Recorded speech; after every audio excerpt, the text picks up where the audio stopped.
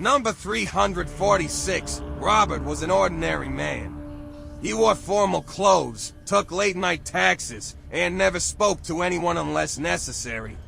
He didn't mind his job at the registry office, though it was boring. It paid the bills. What no one knew about him was that at night, in the silence of his office, he would often sift through the records of missing persons.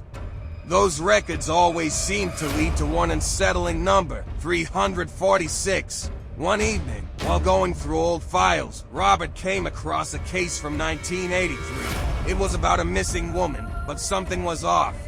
The file included the usual details, but the number 346 kept showing up. It wasn't a mistake. It was deliberate, and every case that had this number seemed to follow a pattern. The more Robert investigated, the more the number haunted him. It was as though this number was connected to something far darker, a sign for those destined to disappear. A few nights later, his curiosity got the best of him.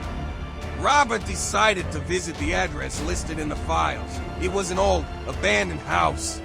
He drove there in the dead of night, the air heavy with an unnatural stillness. The streetlights flickered above, casting shadows on the crumbling buildings.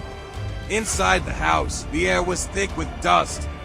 The floors creaked beneath his weight, and the silence was suffocating.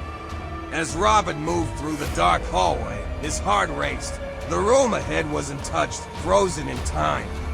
It was as though no one had lived here for decades. He stumbled across a small hidden compartment in the wall, where an old, faded photograph was kept.